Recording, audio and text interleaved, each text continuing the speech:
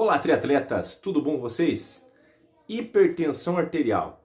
Você deve conhecer alguém, às vezes tem alguém na tua família, né, que sofre com este problema. Então, posso praticar triatlon tendo hipertensão arterial?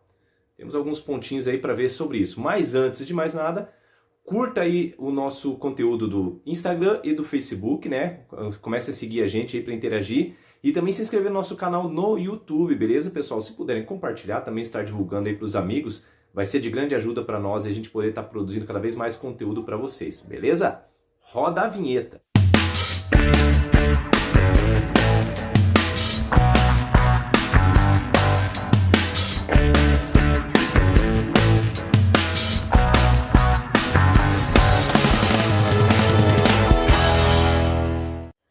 Pois bem, pessoal, se você não tem alguém na sua família que tem o problema de hipertensão, provavelmente você conhece alguém que sofre com esse problema. Isso aí.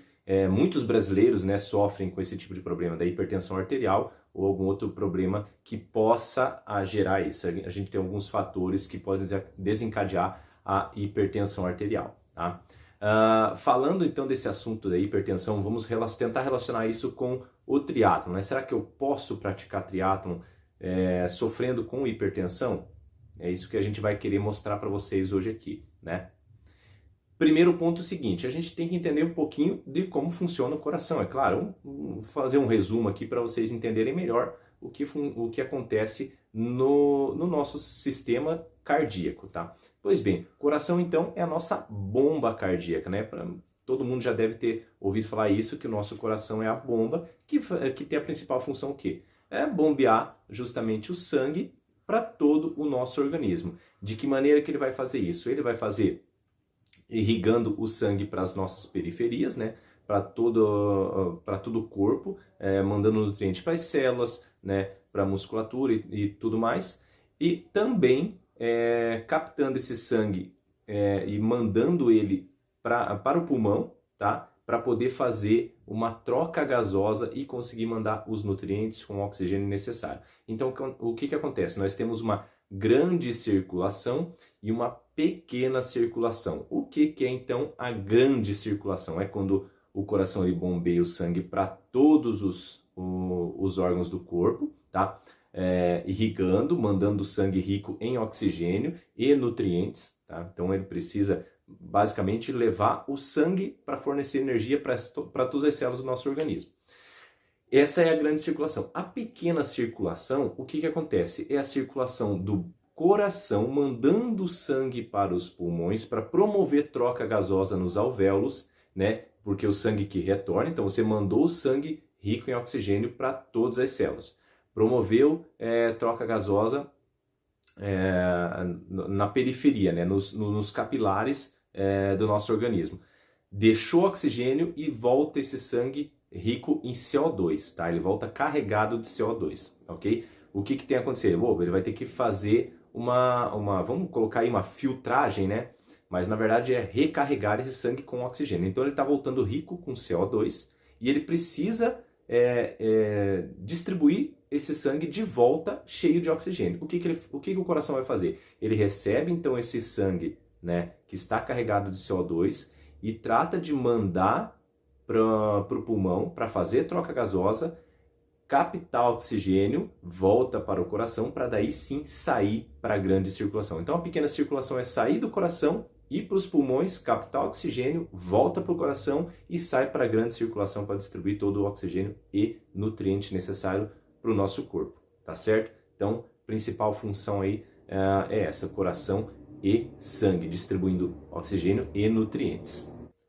Bom, pessoal, dentro desse sistema, então, né, coração bombeando sangue, grande circulação, depois retorna, pequena circulação, carrega de oxigênio, volta para o coração, distribui para o corpo de novo, nós temos as vias por onde vai passar esse sangue, que são o quê? As artérias, arteríolas, os vasos sanguíneos, né, as veias e capilares, todo esse lugar para poder distribuir esse sangue rico em nutriente e oxigênio, tá? Pois bem, um dos fatores que a pressão arterial alta pode desencadear aí nas artérias são lesões, tá, no endotélio, que é a camada interna, tá, das artérias. E essas lesões, tá, quando provocadas, o que vai acontecer? Provocou lesão no endotélio, nós vamos ter lá o HDL e o LDL, né? O LDL, o colesterol ruim, tá? Ruim entre aspas, por quê? Porque ele tem uma função dentro do organismo, se não existisse o LDL no nosso corpo, provavelmente nós estaríamos fadados à morte. E tem o HDL, que é o colesterol bom, vamos dizer assim, né? O bonzinho, claro.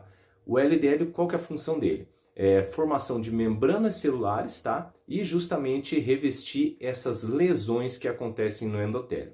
Uma vez lesionado o endotélio, vem o LDL e ele começa a formar uma placa de ateroma, tá? Que é aquele acúmulo de gordura aonde lesionou o endotélio. Esse acúmulo de gordura, uma vez formado, tá? Essa placa de ateroma, para sanar aquele problema da lesão no endotélio, uma vez formada essa placa, ela só tende a aumentar, tá? Ela tende sempre a estar segurando cada vez mais gordura e aumentar essa placa. E isso, com o passar do tempo, vai acontecer o quê? Vai cada vez mais fechar a artéria até provocar uma obstrução. Provocando obstrução, a gente vai ter então o que a gente chama de infarto. Se for no coração, um infarto, né? Se for no cérebro, por exemplo, uma obstrução dessa, a gente pode ter um AVC também. Tá? Então, o que a gente tem que cuidar? Eu não posso ter o colesterol alto. Exatamente, o colesterol alto em que sentido? O LDL tem seus padrões, né, que são o máximo que preconiza para a saúde, e você tem que cuidar nesse sentido. E o HDL, mesma coisa. Ele tem o mínimo também que você precisa ter para estar cuidando nesse sentido. O LDL não pode estar passando aí de 100, tá? E o HDL tem que estar no mínimo em 60, né? Para estar um padrão bom. Então, HDL acima de 60, tá? E o LDL abaixo de 100. Estando entre esses dois, você vai estar num padrão de saúde bom. Então, assim, o LDL, a função, então, é formar essa placa, tá? Para tentar proteger, para que não se rompa aquela artéria. Ele tem a lesão no endotélio, ele vai formar aquela placa, né? Vamos dizer assim, ele vai estar tapando um buraco, tá? Vamos dizer que a ideia seria ter um buraco ali, tá? Mas vai chegar o LDL, vai fazer esse tamponamento, tá? E como eu falei, a tendência é sempre aumentar. O HDL, tá? O HDL, que é o colesterol bom, né? Ele tem uma função daí o quê? De limpeza. Ele vai tirar o excesso de LDL, tá? Essa é a função do HDL. Por isso que o HDL tem que estar um pouco mais alto, tem um mínimo, né, para ter de HDL e o máximo de LDL, tá certo? Então você tem que estar com os dois equilibrados, um para poder formar as membranas celulares, também tem função importante no desenvolvimento, na liberação, né, dos hormônios esteroides no nosso organismo, tá? Justamente porque os hormônios esteroides são derivados de gordura. Ah, beleza, Evandro, eu entendi então que um tem que estar um pouco mais baixo, o outro tem que estar um pouco mais alto e gerar esse equilíbrio. Como que eu faço para controlar isso? O LDL, você vai evitar o quê? As frituras, as comidas muito gordurosas, tá? Excesso também de ingestão de carboidrato, tá? O que pode fazer o quê? Você não usar todo esse combustível que está disponível desse macronutriente, ele acaba virando composto gordo e acaba promovendo o aumento do LDL. E o HDL? O HDL na ingestão das gorduras boas que a gente fala, né? Que são alguns alimentos que contêm um pouco mais de gordura, né? Que são o quê? As oleaginosas, um abacate, por exemplo, você está consumindo esse tipo de alimento e, claro, o exercício. O exercício também promove essa manutenção do HDL, tá? Então, ele é estimulado no exercício físico, ok? Então, manter uma regrinha básica é o quê? Evita a gordura, né? Carne gordurosa, molho gorduroso, frituras, ok? E parta para a gordura boa, que a gente conhece, que é aquela gordura das oleaginosas e do abacate, como eu citei de exemplo aqui. Sem esquecer, é claro, né, além dessas gorduras boas que você vai ingerir, o estímulo do exercício físico para você estar promovendo também maior liberação de HDL no organismo. Ainda tratando um pouco dos vasos sanguíneos, né, a gente pensa, pô, o coração bombeia sangue para todo o nosso corpo e tal, através dos vasos, artérias e veias e tal.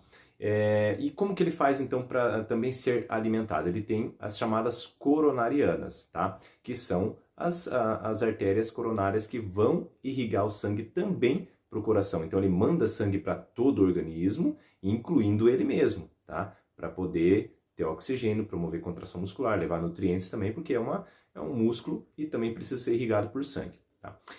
Essas coronárias, né, como eu falei anteriormente, quando ocorre lá o tamponamento, né, a obstrução das artérias, se for nas coronárias, a gente vai ter o acontecimento do infarto, tá? Então ele pode ser numa área grande, pode ser numa área menor, depende do quanto que está obstruído, né, o quanto que não está chegando de nutriente para o músculo cardíaco. Então, às vezes pode ser uma parte pequena ou pode ser uma parte maior, tá? Alguns fatores de risco, né, que podem desencadear, então, as lesões no endotélio e favorecer o acúmulo da placa de ateroma, tá? O que pode ocasionar? A pressão alta, que é o nosso tema principal aqui, o tabagismo, tá? Por todos aqueles componentes químicos que você vai levar para dentro do organismo e vai acabar sendo distribuído na corrente sanguínea, né? Que são ácidos e vão acabar corroendo o endotélio e promovendo essas lesões dentro do endotélio e, é claro, promovendo o acúmulo de placa de ateroma. E também o diabetes, né? Aquela pessoa que desenvolveu diabetes por acumular excesso de gordura acaba criando uma resistência à insulina, desenvolve diabetes, mais glicose circulando no sangue, a glicose, né, o açúcar também é cáustico e acaba lesionando também o endotélio quando está em excesso, tá? A gente tem uma quantidade de açúcar circulando, nosso organismo precisa disso também, né, de glicose, só que quando está em excesso, né, no caso de quem desenvolveu diabetes, esse açúcar em excesso vai acabar lesionando também o endotélio e vai também provocar a formação de placas de ateroma. Ah, Evandro, então beleza, né? Então falou para mim aí ó, os fatores que podem desencadear e tal, essa questão da pressão arterial, a lesão do endotélio, mas aí eu quero saber o seguinte, eu quero saber qual que é a faixa que eu tenho que identificar se a minha pressão arterial está boa ou não. Pois bem, pessoal, a faixa ótima de pressão arterial, tá? De 120 a pressão arterial sistólica, tá? Por 80. Okay? Esses então são os valores máximos para tratar essa pressão como uma pressão ótima, uma pressão que está boa, tá certo? A pressão normal, tá? Uma pressão que você pode tratar como ela está normalizada, beleza? Ela não está na condição ótima, mas está normal. Você vai tratar uma pressão que esteja aí acima dos 120 até 130, a pressão sistólica, tá?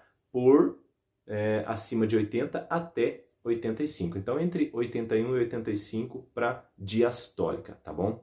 Só não falei antes, né, uma informação que pode vir a calhar aqui para vocês, a pressão sistólica, quando o coração contrai e manda o sangue para fora, tá? E a diastólica, quando ele enche com sangue, né, dentro do ventrículo para depois estar comprimindo e mandando de volta. Então essas duas medidas aí você pode ficar tranquilo. Se você estiver dentro dessa medida da pressão ótima ou da pressão normal, tá tranquilo, tá tudo certo. Aí nós temos a medida limítrofe, tá? Então a pressão sistólica, que é a maior, a mais alta, ela estando acima de 130 até 139, a pressão sistólica, então ela está no limite. Ela está normal, mas ela está dentro do limite, ela já está chegando próximo do primeiro estágio de hipertensão. E a diastólica, acima dos 85 até 89, tá? Então,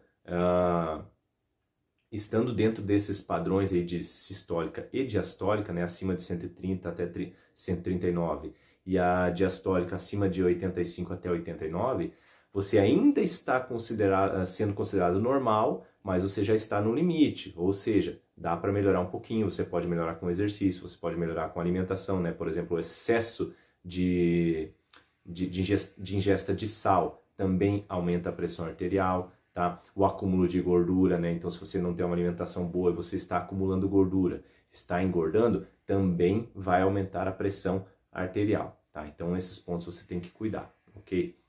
Aí, o que acontece? Acima, então, do 139, né? 140, tá? Para cima, e isso para sistólica, e para diastólica, acima de 89, ou seja, de 90 para cima, você já pode se considerar um hipertenso, tá? Por mais que você tenha passado por uma vez só uma medida dessa, aí você verifica o que aconteceu, se foi devido a um susto, alguma coisa nesse sentido, uma lesão, um trauma, tal. Até mesmo o exercício, você tem um aumento da pressão arterial durante o exercício, que é uma coisa normal, é uma coisa natural, tá? A gente aumenta a frequência cardíaca, aumenta também a pressão arterial, você está promovendo contração muscular, você comprime as artérias, você comprime as veias, e isso acaba provocando também o aumento da pressão arterial, tá? Mas é um aumento normal, não é um aumento da PA que a gente pode tratar já como uma patologia, beleza? É uma reação fisiológica natural do organismo. Mas assim, registrou, você fez uma aferição da tua pressão arterial e está acima dos 140 por 90 ou mais, tá? Procure uma orientação médica já, faça uma consulta, procure um cardiologista, que você precisa aí investigar mais a fundo para saber se você está desenvolvendo uma hipertensão ou se foi apenas alguma coisa de momento. Ah, beleza, Evandro, você falou tudo aí, explicou a parte fisiológica, né, do funcionamento do sistema circulatório, coração, pressão arterial, tá. Mas o que tem a ver isso com o triatlon? Pois bem, a relação que eu vou fazer é a seguinte. Se você diagnosticou uma pressão arterial, tá, elevada, ou seja, você já desconfia que você está com pressão alta, pare com o exercício, tá, e faça uma consulta a um cardiologista, tá. Por quê? Ah, Evandro, eu não vou poder mais fazer exercício se eu tenho pressão alta? Não é isso. Você pode sim fazer exercício mesmo que você desenvolva uma hipertensão. Porém, você precisa consultar um cardiologista para saber se você vai precisar medicar e, estando medicado, estando controlado isso, estando diagnosticado devidamente, aí sim você pode partir para o exercício físico. E a orientação que fica assim, de você partir para o exercício. Ah, Evandro, eu sou hipertenso, eu quero praticar triatlon. Beleza, você pode, tranquilamente. É mais um exercício físico como qualquer outro, tá? Às vezes as pessoas associam como triatlon sendo algo extremo por isso e por aquilo, associando muito diretamente às distâncias do Ironman, porque são distâncias grandes e tal. Porém, o que você tem que se apegar, se você é hipertenso, é a intensidade com que você vai trabalhar esse exercício. Então, assim, as pessoas que são hipertensas, elas não podem trabalhar em alta intensidade. Elas têm que trabalhar em intensidade moderada a baixa, tá? Tem que estar medicado, tem que estar controlado. Se você chegar para mim, eu tenho hipertensão, mas eu não tomo medicamento, eu não fui no médico e tal, eu vou verificar minha pressão, volta e meia ela está alta. Então, primeiro cardiologista, tá? Faz a consulta que tem que fazer, vai medicar e aí sim você vai poder fazer a atividade, sem altas intensidades. Você vai ter que trabalhar moderadamente, né? Não impede de você praticar a modalidade que você está querendo fazer, que você gosta, possivelmente, tá? Porém, tem que cuidar nesse aspecto da saúde, porque também não adianta você querer fazer a modalidade, tá? E colocar o seu coração em risco e de repente morrer e não conseguir mais progredir com isso, tá? Então, trabalhando com segurança e saúde, sem problema nenhum, você pode fazer o exercício, pode praticar triatlon e ser feliz. Aí você vai perguntar para mim, Evandro, mas eu queria competir. Olha, eu digo para você assim, não tem problema você fazer uma prova. Eu falo assim para o pessoal, você fazer triatlon, você praticar triatlon, né, você participar de uma prova, você pode participar de duas maneiras. Você pode ir lá participar da prova simplesmente para fazer na boa, num ritmo tranquilo, desenvolver a tua natação, teu ciclismo e tua corrida, num ritmo moderado, tranquilo, sem grande esforço e não estar preocupado com competir. Você está participando de uma prova, é uma competição, mas você não está preocupado em competir. Você simplesmente quer ir lá para estar no meio do pessoal, interagir e fazer o seu exercício físico, sem problema algum. Agora, quero competir, mano, eu quero desempenho, eu quero melhorar meus tempos, eu quero tentar ganhar. Aí eu já não indico para você fazer esse tipo de coisa, para você que é hipertenso. Se você não tem nenhum problema de saúde, você pode fazer assim como eu. Eu gosto de ir lá para competir, para tentar ganhar, tá? Sem problema nenhum. Mas, claro, eu não tenho nenhuma patologia, não desenvolvi isso. Tenho que ficar atento porque um dos fatores que são favoráveis a você desenvolver hipertensão é hereditariedade. Minha mãe é hipertensa, tá? Então eu tenho que manter os meus hábitos saudáveis para não desenvolver hipertensão, tá? E não atrapalhar, por exemplo, o que eu gosto de fazer, que é competir. Daí eu tenho que trabalhar em alta intensidade. Claro, se eu vir a desenvolver uma hipertensão, eu simplesmente vou baixar minhas intensidades e vou continuar praticando o meu exercício, vou procurar um cardiologista, daí vou ter que medicar, né, provavelmente, mas vou fazer aquilo na margem de segurança, tá? Para não ter problema, afinal eu tenho família, eu tenho filhos, eu quero manter isso por um bom tempo. Então eu torno a repetir, quer praticar triatlon, é hipertenso? Sem problema. Esteja medicado, controlado, cardiologista orientou já o que você precisa fazer, o que você precisa tomar de medicamento, você vai poder trabalhar em intensidades moderada e baixa. Quer competir? Hipertenso? Não indico de maneira nenhuma, tá? Eu contraindico o hipertenso querer competir. Pode participar de uma prova, mas trabalhando na sua faixa de segurança sem problema algum. Bom, pessoal, espero que tenham gostado desse conteúdo um pouco mais maçante, não tanto técnico, né, do triatlon, mas uma coisa bacana que eu acho legal passar para vocês da parte de saúde, e às vezes você quer praticar triatlon, e às vezes e você é hipertenso e as pessoas podem ter falado, não, você não pode fazer triatlon. Mas você pode, intensidade moderada e pronto, tá? Moderada abaixo. Então, espero que tenham gostado disso daí, pessoal. Curtam então o nosso conteúdo aí, ajudem a divulgar, tá? Se inscreva no nosso canal no YouTube e passe essa informação para frente, tá? Agora que vocês têm um pouquinho de informação, vocês podem estar disseminando essa informação aí para todo mundo, e às vezes a pessoa que você conhece que é hipertensa, quer fazer e tem medo de fazer o triatlon, aí você pode mostrar esse vídeo para ela entender que ela pode fazer dentro de uma margem de segurança. Um abraço para vocês e até a próxima!